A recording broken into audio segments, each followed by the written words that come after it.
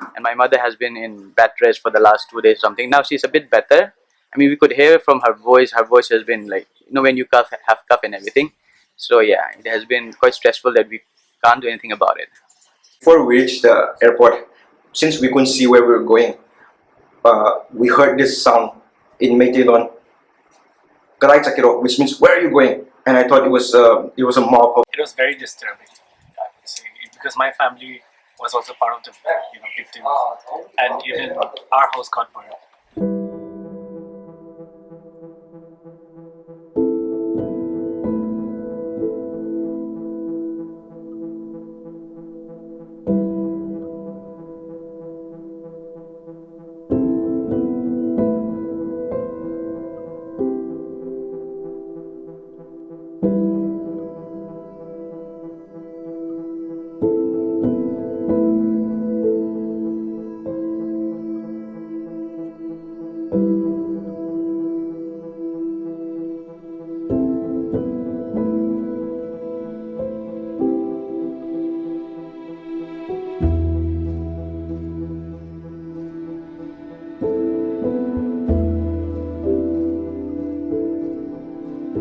So I thought I'll leave for Delhi and concentrate on my studies. So I came here, and right after reaching here, this violence broke out, and I got the news, and it was very disturbing, I would say, because my family was also part of the victims, and even our house got burned, looted. So it wasn't being easy to hear it from hear such news from here.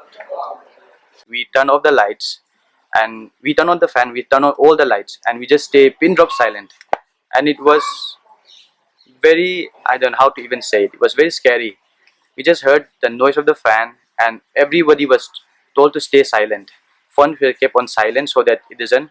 And an hour or two later, nothing happened, thankfully. But still, they told us that stay that way for the rest of the night. Somehow manage with your phone, flashlight, and everything, but don't turn on the lights. And that night was, yeah, as far as my experience goes, was the worst night of my life. I'm the youngest in my family. They have already completed their studies and everything, so they don't have to come here for studies and all that. Nobody, we don't have a plan for that, except my nephews and my niece. we are planning. We are having a hard time where to let relocate them and make their get them admitted to a school. So we are still thinking about that. Just came on the 9th, so it has just been a week of settling down and calming myself down from the chaos and everything. So even my sister, even now, she's still afraid to go out on her own, even in Delhi. Not that she's scared of people in Delhi, but the PTSD or something I was so called still haunts her, knowing that even me, I got still shocked at loud noises and everything. I'll be because back home, everything kind of triggers you. So because we always be thinking, is this gonna be our last night? Everything. It was quite scary. Speaking of internet shutdown, yeah, I have been facing a lot of problem in that because my family hasn't been able to send me money for my rent, and they have not been able to do anything. They're helpless because without internet they can't do anything. Right? So even the banks are closed in the districts where it had happened. So since nothing is working out, they can't send me or do anything. My friends are helping me out right now. So I have to repay them back later, but it's quite, yeah. Right now, I'm managing with whatever I can get, whatever help I get from my friends. Thankfully for me, I have a cousin to go to at least. So, but not so for the people that are not so unfortunate as me. There will be a lot of people who won't be able to pay their rents, be it their expenses. So yeah, that's a biggest worry thing for us, for the people outside of Manipur right now, or for at least for the students. The people who do jobs, at least they get paid for it. They're gonna get their salary and can manage somehow. But for the people who are students, who has to depend on the parents and everything, given the net has been shut down and everything, how are they even supposed to send the money, and how are they supposed to even manage? That is, yes, definitely a big worry for us right now. Karai Chakiro, which means "Where are you going?" And I thought it was a mob of many people there. We got really scared, but thankfully it was the security at the airport, and then we managed to reach at the airport, and then we were so, but still in the airport we were still scared because we haven't gotten out of Imphal yet. The moment we breathed a sigh of relief was when we landed at Kolkata. at that moment, like even my dad, who was like really scared, my mom was scared. They didn't even make much sound. And then, but at Kolkata airport, we were like, like teasing each other, like at least some sense of like to make something like a normal situation, something like that. Getting distress call from friends, like it was heartbreaking because you're helpless. You want to help them, but um, there's, to be honest, helpless just sums up what we're feeling. But given that some of them could, like escape, we see that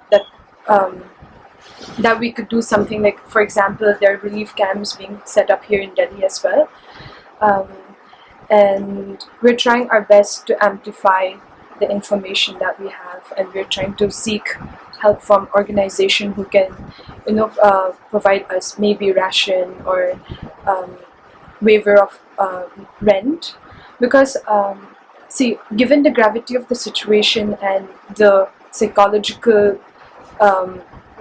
fear that has been inflicted on the students, not just the students who fled, but also the students who are outside the state. To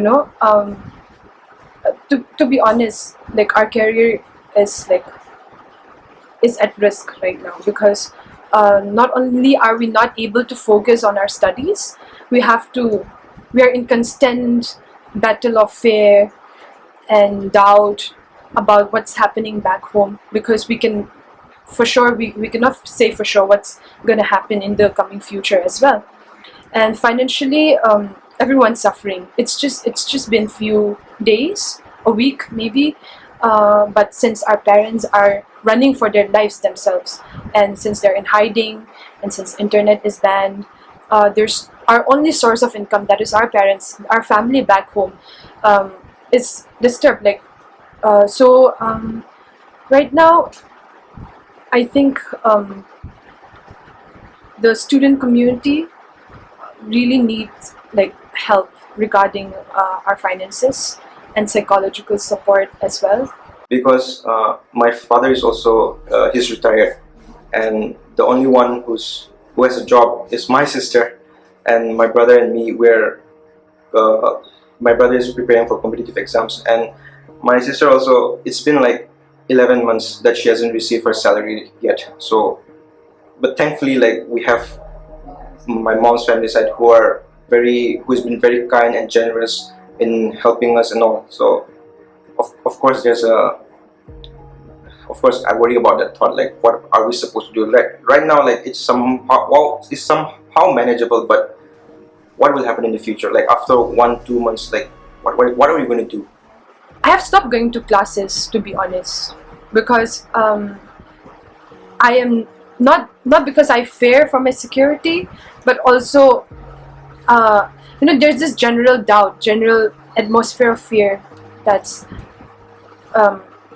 yeah, it's sad. Like, regardless of gender, like male, female, they were all targeted. So even here, like when the attack happened on May 4th in DU, our girls were manhandled, and they were given rape threats. They were assaulted as well. So even I myself, like even though I was not present at the time of the incident, I fear for my life, to be honest. The little money that they have, like this, we had saved. We are surviving on that right now, and that's the thing. That's the worst part of our situation right now.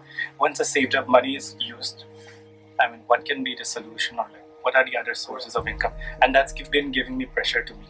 As a student, I have to prepare myself, for coming exams. It's on May 28, 29, and July 2nd, all these EPFO exams and all that.